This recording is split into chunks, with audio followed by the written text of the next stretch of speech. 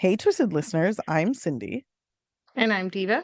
And this is Twisted Listeners, a podcast about murder. And Liz.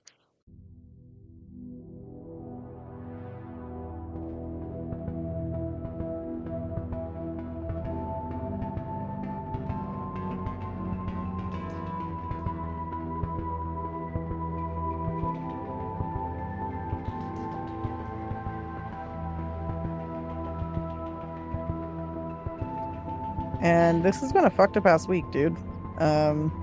Two of my friends have texted me 3 days apart to tell me that their dads died unexpectedly, which is like, I've had a rash of also my friends' moms dying. I've had like 4. no, what the fuck? Yeah, that I found out about. Yeah, a lot of that. I don't like it.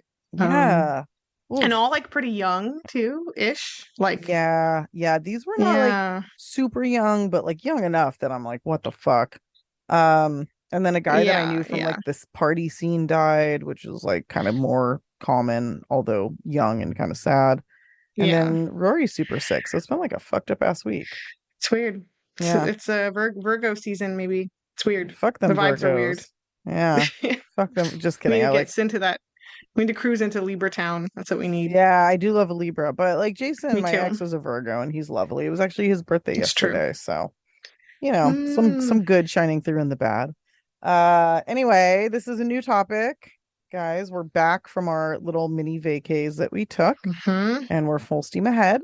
So this topic is kind of silly, and I literally just like pulled it out of my ass. What happened was like my Spotify will just randomly put on podcasts, and it put one on that was murders on a funny named street, and then the very next one it played was murders on another funny named street, and I was like, this is too much of a coincidence. I need to follow through on this. So we're doing murders that happen on streets that sound like nothing bad should ever happen on them. Or in towns with stupid names as well. It's towns with stupid names. Right before we started recording, Diva's like, yeah, you picked this. It was like the stupid names one. You picked the dumb names one. The dumb names one, yeah. The dumb names murders. So I picked, so that means you get to go first. Besides our bummer news, is there anything else to talk about? I don't know. All right. Just feeling those Monday tired grumpies, I guess. We could tell all of our LA listeners to come to LACMA at a certain point. I don't know. Should we say it? Should we? Diva has a show that she curated opening at LACMA in I'm all shy. Mid-September. Don't be shy. My alligator head, which is actually what a caiman, is that what we think it is in the show. So I'm officially a donor to LACMA. Or a baby alligator. Baby croc. Baby of some kind. Okay. Yeah. Well, I'm a donor to LACMA because I'm fucking fancy like that. And if you guys live in the LA area, you should come see it because it's going to be amazing. Put your body in the museum, please. Yes. Yeah, that would be cool. Come check it out, guys. Okay, that's it, right? Anything else? That's our plug, yeah, I guess. I'm going to post it on our Instagram too, so. You should, yeah. Anyway, okay. All right, you go first. All right, well, this is the one that you recommended, the Easey Street murders. Oh, you did it! I'm so glad. I did it. Yeah, for the second one, I picked one with a dumb town name, so it's contrast, street and town. Okay. And I did have a good time, by the way, finding the dumbest town names ever, and then going through like murders and then just putting in that town and see what I found. And I just want to shout out also. Well, this is going to be in Australia, this case, but Australia, I just want to shout out, has some really dumb names, and I am not referring to, just to be clear, the like names from my Aboriginal cultures, because that would be racist of me. I'm not referring to those like Wollongong or something, because that's like a native name. I'm talking about like Eggs and Bacon Bay. Like they have that's like, or like, it's one thing, like there's definitely times where like an English word will mean something really funny in another language, and the people who speak that language will laugh, and like vice versa, and it's funny sometimes. There's some dumb names, like when it's fully like English white people names. Yeah, there are some dumb names. Yeah, you are worthy of ridicule. So Yes. So we're in Australia. These are the Easey Street murders. It's easy with an extra like EASEY Street murders. This happened in Collingwood, Victoria in 1977, which is a suburb of Melbourne. Okay, I'm just gonna get right into it. Okay. Suzanne Armstrong was a 28-year-old single mother to a 16-month-old son named Gregory. She had just moved in with her longtime friend Susan Bartlett, who was 27. So it's a little confusing because you have a Suzanne and a Susan, but hopefully you can keep it sorted. I feel good about that. I think I can keep those straight. Okay. They both lived at 147 Easey Street. Of course, it's now on the murder map. The house still stands in Collingwood. Susan taught arts and crafts at a nearby high school. And because it's the 70s, she could afford to live in a house off her teacher wage, you know? Yeah. Can't do that now. No, at least not in America. Absolutely not. And Suzanne was just a stay-at-home mom, and Susan was helping her out by like letting her live there for a while, and they were like besties, so it was perfect. Okay.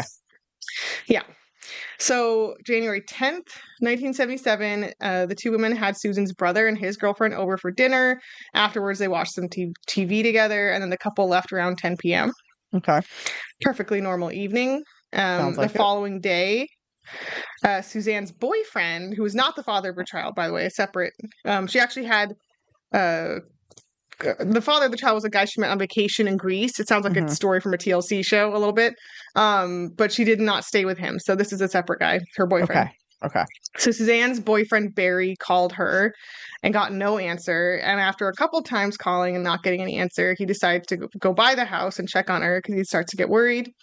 When he gets there, he finds the rear door unlocked, which is probably fine, I guess, in 1977 to do.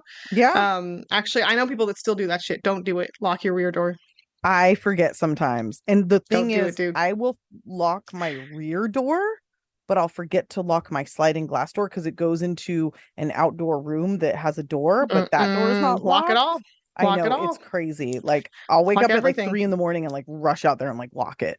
Yeah. Lock everything. I try to remember. Yeah, lock everything. So anyway, this was unlocked, and so Barry goes in through the back. He just basically walks in, yells for them, hears nothing, and so just scoots out. He doesn't do like a full search.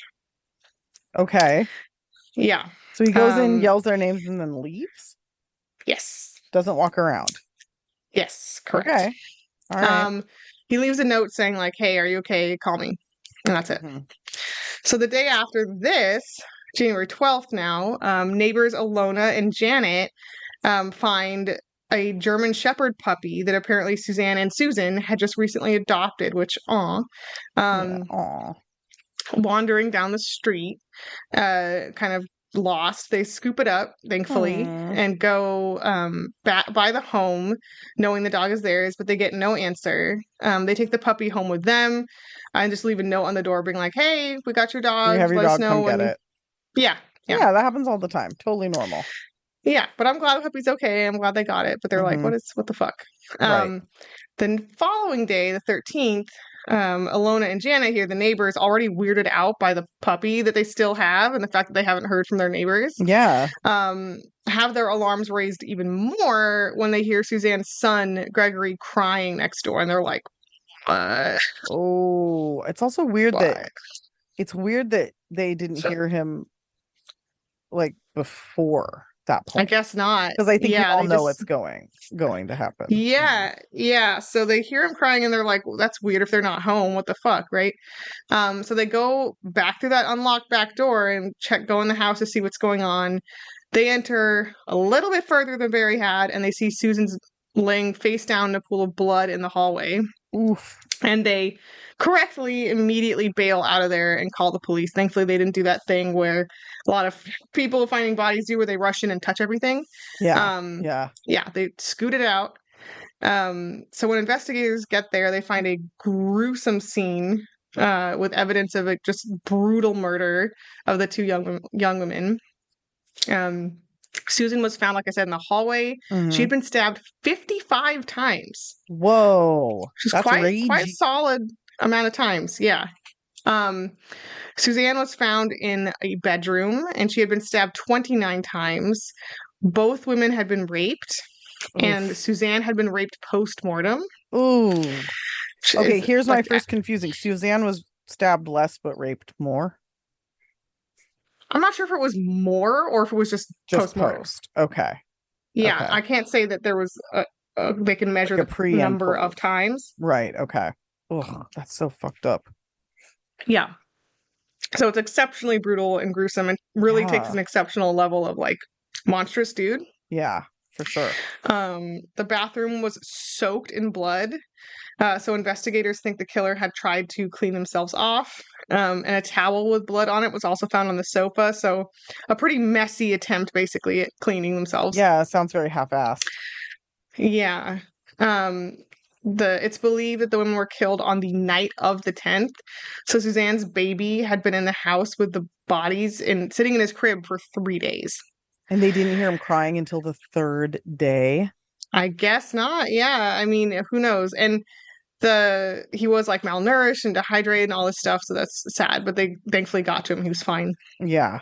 Wow. But still, a poor baby. Yeah, I'm glad he was okay. That's wild. Yeah. And also it takes an extra special like monster, obviously, to do this with the baby just sitting right there. Like obviously we're glad the baby's fine, but like still, like that's crazy to do. Yeah. So 2 blocks away from the really house.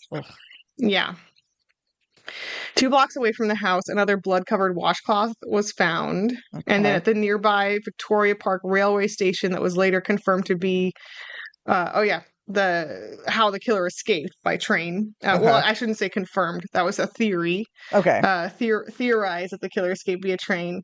They were found a bloody knife that testing proved was the murder knife. Okay.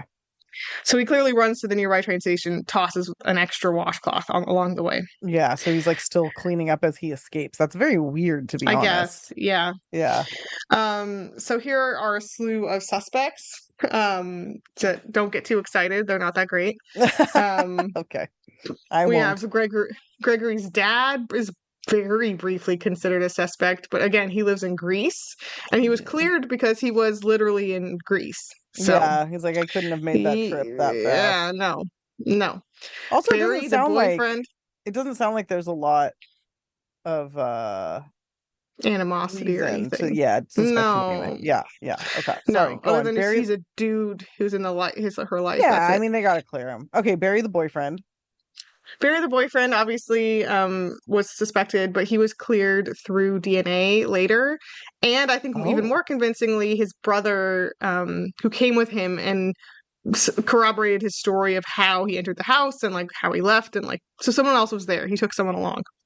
Oh, okay.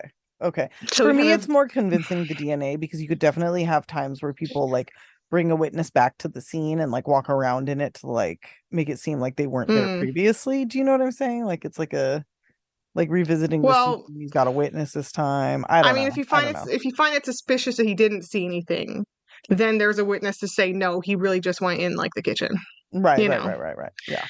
Like to corroborate that. So another random unnamed guy who admitted to going by the house was cleared by DNA, but apparently he went by the house to get, I think, Susan's number, which I think is really fucking random. Who does that? Like, hi, can I have your number? That's weird. How'd you get the address? Oh god, guys have been creepy forever. Like, it doesn't matter. Like, always. Yeah. So I don't know what that is. Maybe it's innocuous. It just sounds weird. Maybe it's a 70s thing. I don't know. Yeah, maybe. But yeah, it's crazy that also 2 separate people prior to the neighbors, that Alona and Janet, came to the house, didn't see anything, like left a note and left. Like that's wild. Didn't hear the baby somehow. Didn't see anything. Like how big is this house? Like I chalk it up. It is a long house, so it could be that the baby was on the far other side. Okay. I mean, I kind of chalk it up to forgive my sexism, to, like, men are not very observant. Yeah. They kind of can like have blinders on sometimes and just do the thing and then leave. And I'm actually very like that now, more than ever. Like observant? Not observant. No. Unobservant. I wish I was more observant. I used to be, but now I could probably walk by a dead body and like not see it at first. Like seriously, it's so like I can't really talk shit, to be honest. Yeah. So who knows?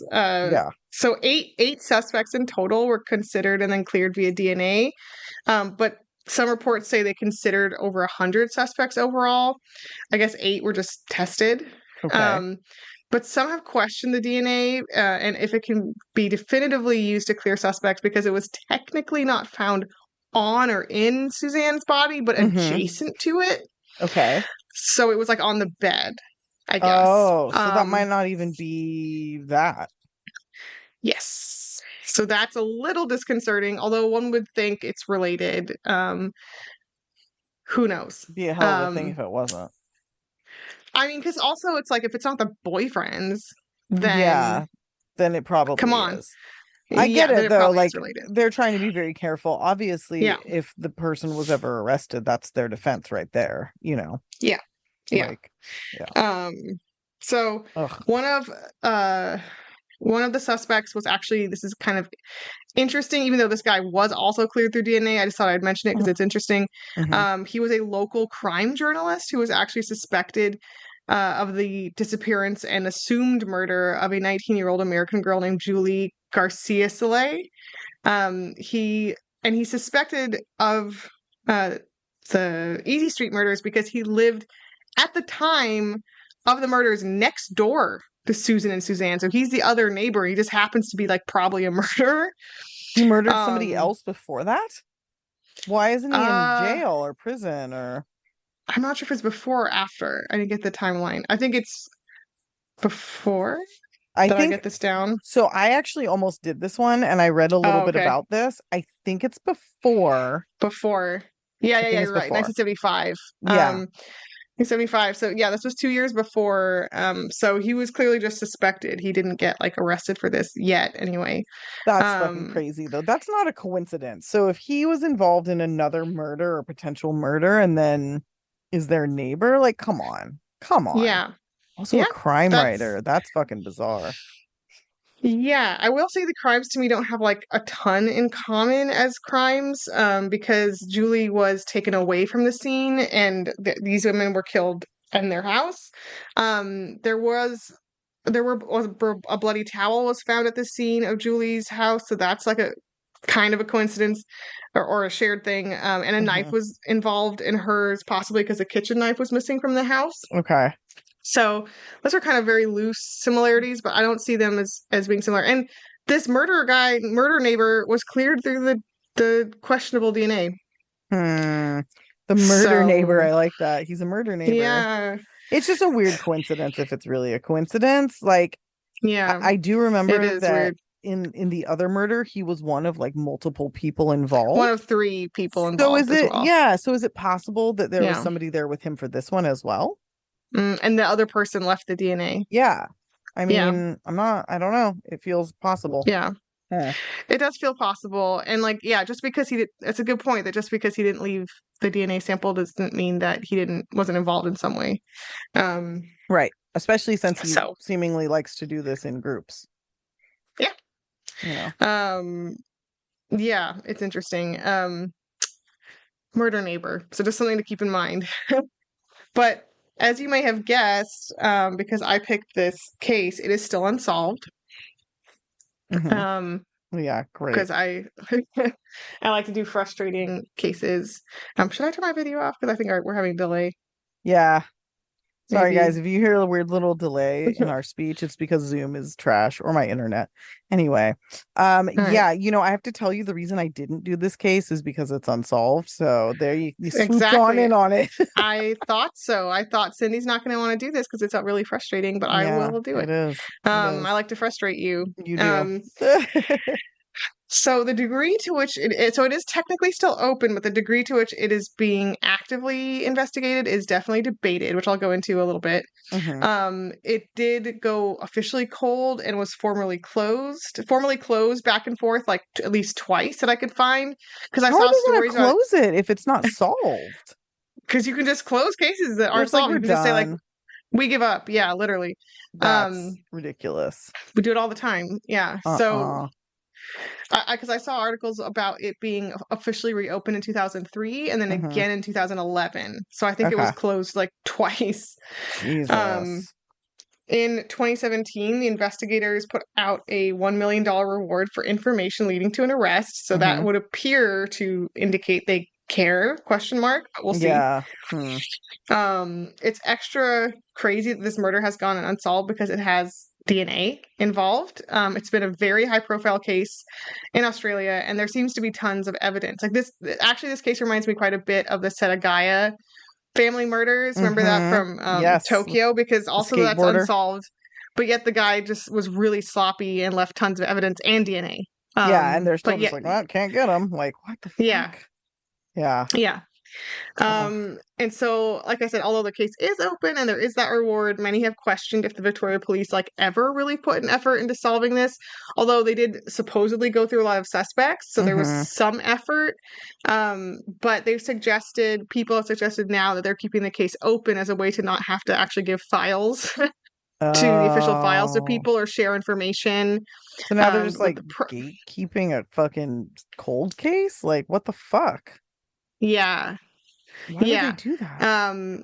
Many journalists have come out and said that they've not been responsive or cooperative when they try to do stories on the case and like totally shut them out, not giving them any case files or any information, which doesn't seem helpful.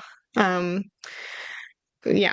At this point, you need like a Michelle McNamara, right? You need some fresh people on this case.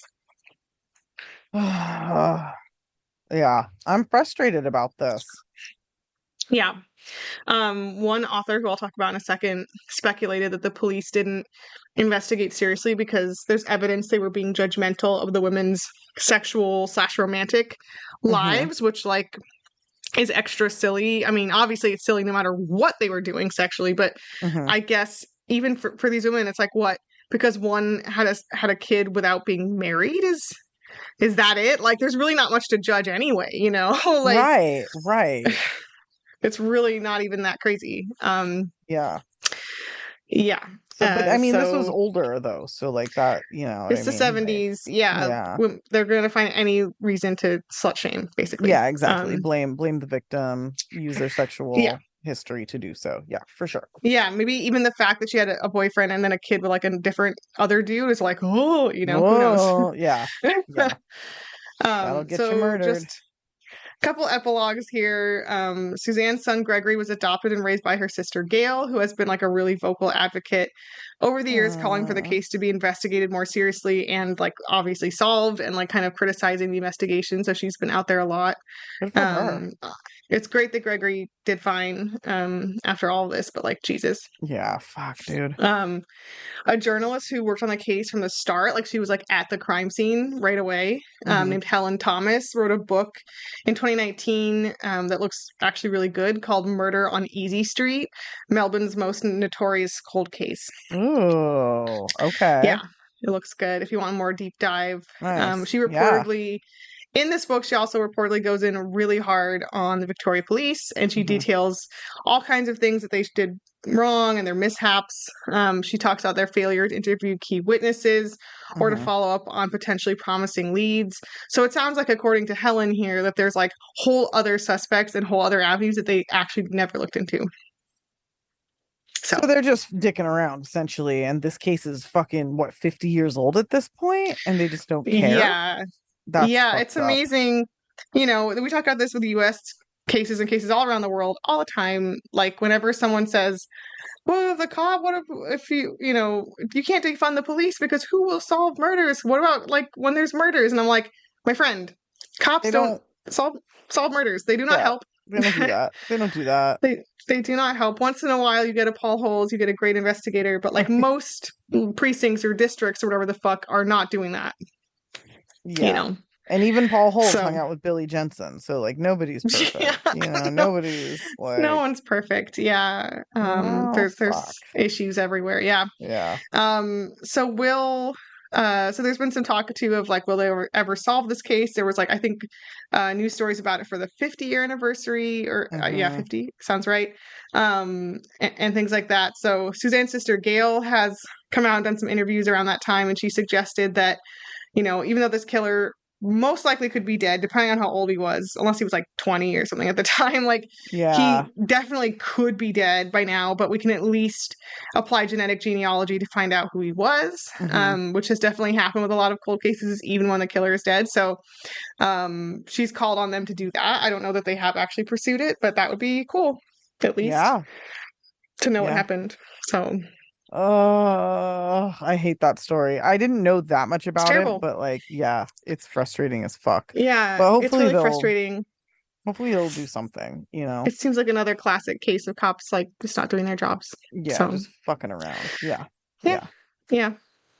Well, okay, I'm gonna do the other one that I used in the example when I was like, here are some of the cases that we can do, Diva. So you did Easey Street, Mm-hmm. which was like the first one I mentioned, and I'm going to do the murders on Bumblebee Road. Which Otherwise is too known, cute. yes, too Too cute cute for for a murder. murder. Yeah. Too cute for murder. This is otherwise known as the murders of Lisa Guerrieri and Brandon Rumbaugh. And this takes place in not I think outside of like Scottsdale, Arizona. So like there's Scottsdale, Mesa, Phoenix. There's like all those kind of towns kind of near each other. I think this is closer to like Mesa, Arizona. So Lisa was Okay. born and raised in either Scottsdale or Mesa, Arizona. She was born in 1984, I believe July of 1984, so about a year and a half younger than me. And she was a really happy girl.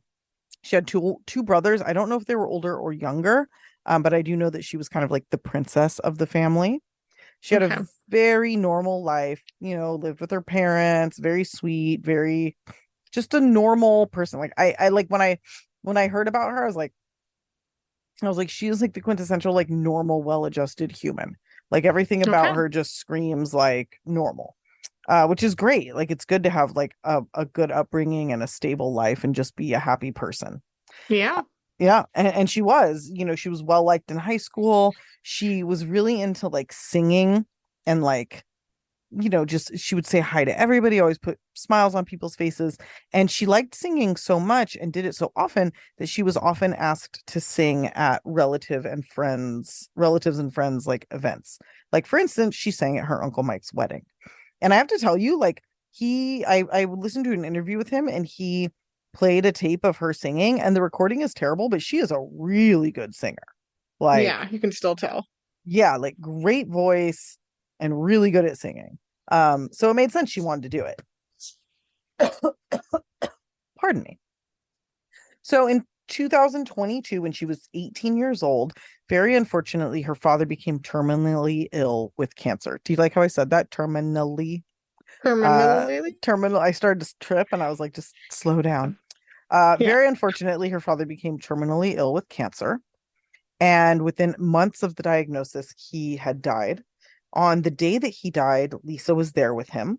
And he asked her, he was barely conscious, and he asked her to sing to him. And she did. And as she sang to him, he slipped away into a coma and later died. I know. That's like, touching, but also super sad. Terrible. It's like out of a fucking book or a movie. Like you can't make that shit up, right? Yeah, for sure. That's like the origin story of like creating the character development of the sad like origin. Yeah, but she was really a happy person. And I think she had such a solid upbringing that she was like, not fine, obviously, but she was handling it. Yeah.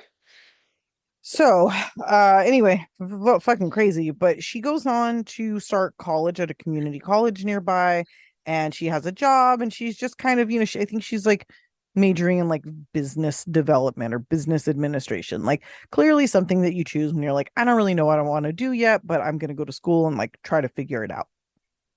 And while she's in college and also in 2022, or no, I said 2022. This is 2002. My apologies. I'm 20 years ahead. So in 2002, when she was 18, her father became terminally ill. In 2002, she also met Brandon Rumbaugh in college.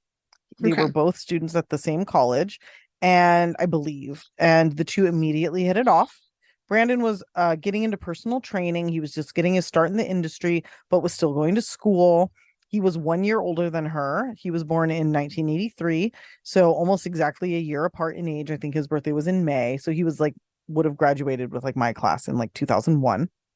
So both of them kind of just starting their adult lives, and they fall in love like pretty immediately. Within 10 months of dating, the two had moved in together, and according to Lisa's mother, they were engaged. However, there was no ring on Lisa's finger at this point because they didn't have a lot of money. Again, they're both college students, and even though they both have, you know, jobs, like they don't have careers at this point. They're both like I mean, she's 19 and he's 20 years old. You don't expect them to have like full-fledged, careers. No. So they're doing what they can. They don't have a ring, but they are planning to get married. They do live together.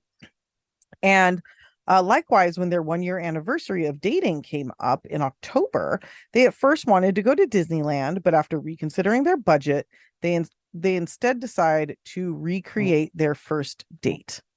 And Oh, apparently, I know it's really cute. Their cute. first date was stargazing, which is really sweet. Aggressively wholesome, but okay. Aggressively wholesome, right? And just to kind of talk about Brandon a little bit, because I don't want him to be a footnote. He was also like a very just typical guy from the early 2000s. He had either blonde hair or like frosted tips. I'm pretty sure he was wearing like, big jeans, like Janko style jeans, Oh like yeah, very much looked kind of like of the time. yeah, like a Justin Timberlake kind of look to him, which is funny and also perfect because Lisa was like obsessed with Justin Timberlake. So they Well, were she's going just for those like, blonde curls. Yeah, that's what yeah, she's into. exactly. And they were perfect for each other. Her mom said that like the sun would rise and set by Brandon, like according to Lisa. So this was like truly a match made in heaven. They could not have been more perfect for each other. Now, after Lisa's dad's death, her uncle Mike became her father figure, and the two were very, very close. And Mike had always been in her life, so it wasn't like a new thing. It was just he kind of went from like protective, very close uncle to like full on father figure at the time that her dad died. And because of this, and because he was so protective of her, Lisa decided not to tell him what their plans were because she knew that he would not let her go. And the reason he wouldn't let her go isn't so much because of the camping, but more of an issue of where the two had planned to go. They wanted to go out to Bumble Bee Road. And this area, it's beautiful. It's known, it's Arizona. It's going to be beautiful most places you go. But it's also known for a lot of like shady shit, like drugs and theft. People would dump things out there, like if you knock a fucking, store off and then you dump all the like evidence so you don't get caught. So it was a little bit of like a shady area. But that being said, it was also, there were tons of campgrounds out there. So it was like rough, but also pretty commonly used. But it was populated at least. Yeah. People went out there a lot. So it was rough, but it wasn't like, they're not, I don't know. I don't even know. It's not like they're like camping on a prison ground or something, like they're still in a kind of well-traveled area. But despite that, she still just kept it from Mike. And later on, Mike said, like, yeah, I definitely would not have let her go. I know that area. It's not a good area. So she did tell her mom, she did tell other people, but she asked them to like keep it from Mike, essentially. And as part of that, they didn't tell them exactly where they were going. And also they didn't know exactly where they were going. They were just driving out to go stargazing. They were going to spend the night and then they'd come back the next day because they both had work. So their 1 year anniversary is October 18th. The two set out that day. Her mom actually loaned them her 2000 Ford F-150 truck. So they had a nice newer truck to sleep in. They were going to sleep in the bed of it. And again, they weren't really camping so much as they were just kind of staying the night. They just got some blankets and some pillows and they were just going to sleep in the back. And they had their sleeping bags, So very simple, very simplistic setup. Just go out, watch the stars, go to sleep, come back. The next day at 9:30 a.m. on October 19th, Lisa still is not home. And like I said, she had work. She worked for the water department. So it was like a 9 to 5 consistent job. Yeah. And she was a very, very punctual and dependable person. Okay. So immediately her mom freaks out and calls the police, as do Brandon's parents. And the police actually take this pretty seriously, pretty quickly. I mean, it's white people from good families, so there you go. Yeah. And the police begin searching. But so do Lisa and Brandon's friends and families, who are also eager to find them. And within a few hours, 3 of Brandon's friends find Lisa's mother's truck. Now, this is lucky because they're searching a vast area. We're talking like within a few miles of where they were found, there were hundreds of people camping. So they could have been literally anywhere. And they found them within a couple of hours, which is pretty crazy. And not only was that crazy because they could have been anywhere, but this is a really remote area of the road where they were found. Okay. So again, Very lucky. The friends pull up to the car, look inside. At first, it looks like Lisa and Brandon are sleeping in their sleeping bags, but upon further inspection, it's seen that they are dead. They have both been shot multiple times to the head and chest. There was no sign of sexual assault. They were not tied up. There was no like binding or anything like that. It seemed like quite possible that they were killed while asleep. However, there weren't holes in the sleeping bags, so it's really hard to say exactly what happened. The really weird things, as far as I know, like the window of the truck wasn't shattered and nobody in the area heard any gunshots. So this is all very fucking weird. Very weird. Very weird. Nothing was stolen, except seemingly there was a camera case and no camera. It was like a video camera. So there was a case for that, and that was gone, and it's never been found. About 40 meters from the car, police did find a broken disposable camera that was later, attributed to being the couple's. The family said, oh yeah, they were taking that with them to commemorate the night. Police were able to develop some of the photos despite the camera being broken. And I'll get into that in a minute. But first, the very first thing the cops did was thought, oh, this might be a murder-suicide. Definitely was not. They were both shot multiple times, and like the trajectory didn't make any sense. And more importantly, there was no gun anywhere to be found. Like, what did they do? Like, shoot themselves in the head and then fling the gun? Bury it, drive it somewhere, and come back? Like, no. So definitely not a murder-suicide. So then they start looking at possible suspects and motives, and they didn't come up with a lot. So they do have DNA of some sort. I'm not sure what from. They've played it very close to the vest with this case for a very long time. So it's really hard to know where certain things came from. But they did have DNA. They've tested it many times, and they have found a few matches, but it's always been people who had a reason to be there. Like, for instance, they found like Lisa's mom's DNA in the truck. And it's like, well, it's her truck. It makes sense that it would be in there. I don't know exactly who else's DNA was there, but I do know that every single person whose DNA was found on the scene who's been identified is like, there's been a good reason for it, which is really frustrating. So as far as we know, there's no like mystery DNA. They also had gun casings, which showed the type of gun. It was a 25 caliber, which police did not release this information for a long time because it's such a specific and uncommon gun. But they've, to this day, never found the gun. Yeah. So no dice there. They also have the photos from the camera, like I said. And these photos show Lisa and Brandon in the back of the truck. It looks like they took turns taking photos of each other. It's completely pitch black behind them, so it's obviously taken with a flash.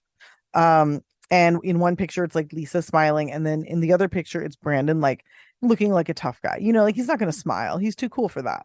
But it's pretty clearly photos taken by each other, of each other. And again, pitch black. There's also one other photo of a light bulb, like a fluorescent light bulb in a building, like hanging, but they've never been able to figure out where that photo came from. And it's not really clear. Like, I couldn't find if that photo was taken before or after the truck photos, or like what the deal was. So it's always been like a mystery, but I don't know how relevant it is. They totally could have just like been in CVS and accidentally snapped a shot of like the ceiling or something, like on their way out. So I don't know how relevant it is. So now police start working on theories. Their first theory is that it's random, just a total random murder. This doesn't super work for me, because it's fucking pitch black out there. Like, how did they know they were there? How would they find them? Yeah, exactly. Yeah, like you just stumble upon these people and you happen to also be a murderer and then you kill them. Like, that's a lot of like crazy coincidence. And I'm not saying it wouldn't happen. I just think there's better options for this case. Like, you couldn't see 5 feet in front of your face. You know what I mean? Like, but also, if this is like a lover's lane type place, then I could see that being random, because that's exactly the type of fucking place that serial killers like hit. But it's not. It's actually It's not. No, it's like really remote. It's near a bunch of campsites, but it's not a campsite. Like, they literally just like pulled off to the side of the road and like drove into like a field in the pitch black. So it's pretty random. It's not really a lover's lane. That's the thing. Okay. Yeah. There was another murder not super far away, about 6 months after this one, wherein two men who were out in the wilderness and also sleeping in their car were shot and killed and had their truck stolen. The man who did this was named Rusty Rankin, and he was caught for this murder, but quickly ran from police and then killed himself in a hotel room. So we don't know if he maybe did this, to Lisa and Brandon. The evidence is like the similarity in the situation. The differences are fairly vast, though, including that he didn't steal their truck. Like, he stole the other people's truck. He did shoot the other people, but I don't believe it was the same caliber gun. And then also fingerprints and DNA do not match. So there's no proof he was at the scene. That being said, recently, like in 2022, which is I think why I fucked that up, police have re-interviewed people who knew him just to kind of be safe. Another theory is really interesting. It ties the Sonoma County sleeping bag murders to this one. And there are a lot of similarities there as well. The couple in Sonoma County were murdered about a year after Lisa and Brandon in August of 2004. No motive, no suspect, and I believe that they were also shot in their sleeping bags. So very, very similar. Not super far away. Sonoma's in California, and then we've got, Arizona. Like they're pretty close to each other. So these are good theories potentially. There's no way to prove or disprove them, unfortunately, especially the sleeping bag murders, because there's no suspect. Yeah. Another theory is involving a very famous serial killer that you've heard me talk about quite a bit. Israel Keyes. Oh. It's his kind of thing for sure. Yeah, he was active at this time. He did shoot victims to death. He had no real motive, no MO. It's a bit far-fetched, but maybe it's not. The main thing for me is that I don't believe there's a single proven time that he stalked his victims out in the open. He always takes them either from mostly from their homes or like a hotel or like where they work. So he's never, as far as we know, just happened upon people kind of out in the wild, as it were. I mean, he's kind of a boogeyman thing, though, at this point, where like literally any random murder, you could be like, well, could be Israel Keyes, Yeah, no, absolutely. And he was traveling everywhere in the country, so I'm sure he killed way more people than he's been have been attributed to him. So I'm not saying this isn't likely or isn't possible. I don't know that it's super likely because it doesn't have some of his signature kind of moves like binding. There's just certain things that don't really ring true for me, but I don't know. It's definitely a possibility. So all that being said, there was one more person of interest that I think is their best bet. And I think it's really weird they haven't focused on this person at any point during the investigation. Because to be clear, Diva, the reason I didn't pick Easey Street is because I didn't want to do two unsolved cases. And this one is unsolved. Oh, you got me there. I was like, certainly Cindy would not pick an unsolved case. I did. Oh, I did. And I was like, I'm not doing two. It's too fucking frustrating. So it's been about 20. I think this is the 20-year anniversary this year. Like coming up very soon. In like less than 2 months, we're at 20 years. Yeah. Yes. And nobody has been arrested. They haven't really even named suspects. But this lead, in my opinion, is super strong. And Lisa's family, and especially her Uncle Mike, agree with me. So apparently one of Brandon's friends had a very big crush on Lisa. And it was known by a lot of people, including her family, which to me means this was not a secret at all. This was something that was very well known. It was out in the open. His friend, I guess, had made a bit of a thing about it. And after the murders, neighbors actually came forward and said that Brandon had been arguing with somebody 2 days before the murders. So it may have been that friend, or it may be another suspect. I don't know, because they never figured out who that was. But anyway, this friend not only had a big crush on Lisa, but just happened to be with the other two friends who found their bodies that day. In this like super remote area that it only took about 30 minutes for them to find. So pretty lucky, quote unquote, heavy quotations there, that's what happened, right? Because I just feel like, what's the chances of a huge remote area like that just stumbling upon them that quickly, and also like being that friend. So that's super suspicious. And, later Lisa's Uncle Mike said that the way the bodies were found was as though the friends, were driving there intentionally. And also it's smart that they found them because it would explain away any DNA. Like how I said, anybody whose DNA was found there had a reason to have been there. That's the perfect way to get away with that. You know what I'm saying? Like, well, my DNA is there because I found the bodies and like I touched the sleeping bags and like I touched the bodies. So it's a really smart way to kind of like get ahead of that. Now, people say it wouldn't make sense if it was him, even if he wanted Brandon out of the way. Why would he kill Lisa? But I think we all know that that type of thing happens a lot. Like it just gets out of control and you end up killing them both. So, yeah. So to me, that makes a lot of sense.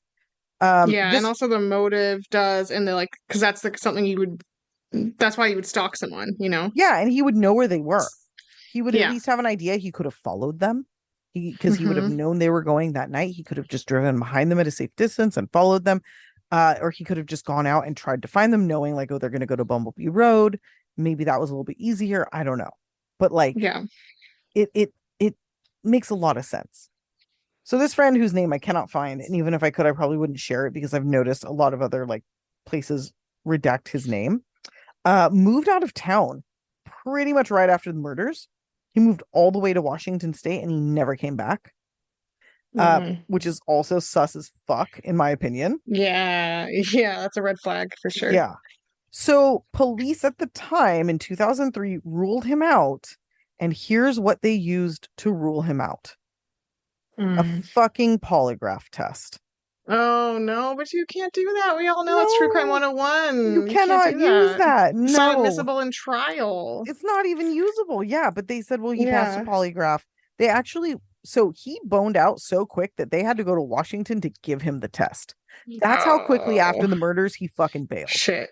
Which, like, come on, man. Yeah. But they went and gave him this polygraph, and they were like, oh no, he passed. He's fine. He didn't do it.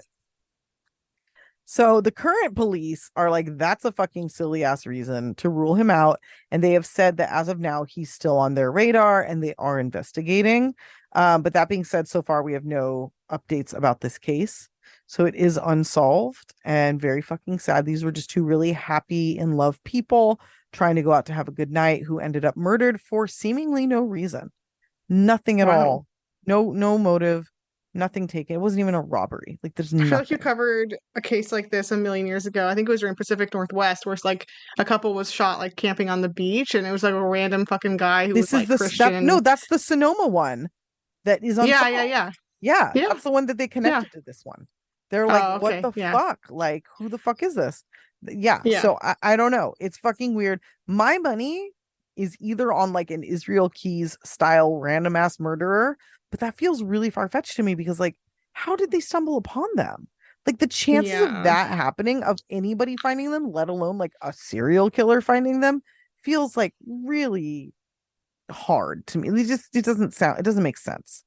So my money's kind of on this friend, quote-unquote. A personal motive, too. Yeah, is usually more common, technically, than, like, a serial killer thing. Yeah. So. And her Uncle Mike is, like, convinced. He's like, at least one of those three friends knew what happened. He's like, I'm absolutely certain that they were involved, and I can't wait for this to come out, basically. Like he wants justice, and totally fair. They deserve it. Yeah. Wow, two frustrating unsolved cases. Yeah. And in both instances the cops did some weird ass shit that made no sense, that kind of helped lead to these becoming cold. So yeah. Great. Get your shit together, cops. Yeah. Cops around the world fucking up left and right. Yeah. Can't stop. Can't stop, won't stop. Fuck. No. It's disgusting. Anyway, so there it is. There it is. We'll be back with two more. My next one, I think, is solved. I haven't researched it enough, I don't think, to know for sure. I'm pretty sure it is, though. Yeah, I think mine is solved, but it's extra, extra horrible. So it's a nice juxtaposition to have the goofy town name with the brutal murder. Brutal murder. Yeah. Yeah.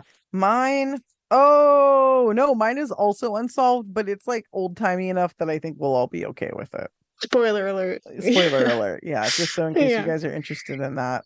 Mine's a little bit more of a wild ride. So okay, cool. Yeah, old timey wild ride. I don't often do old timey, but when the name is this one, it's worth it. So good. Yeah. Anyway, thanks guys for tuning in. Thanks for hanging in there while we took a little vacay. Please like, rate, review, share with your friends. Join us on Instagram. We don't even like shout out our shit anymore. We got to do it. We'll do it next time. I'm too tired right now, but we will. Sorry, Diva. I never asked you to list our Instagram. It's all right. We'll do it next time. We will, and it's in our show notes. If you guys are really interested and you don't follow us yet, you can find it there. But until the next 2 weirdly named cases, stay off our list.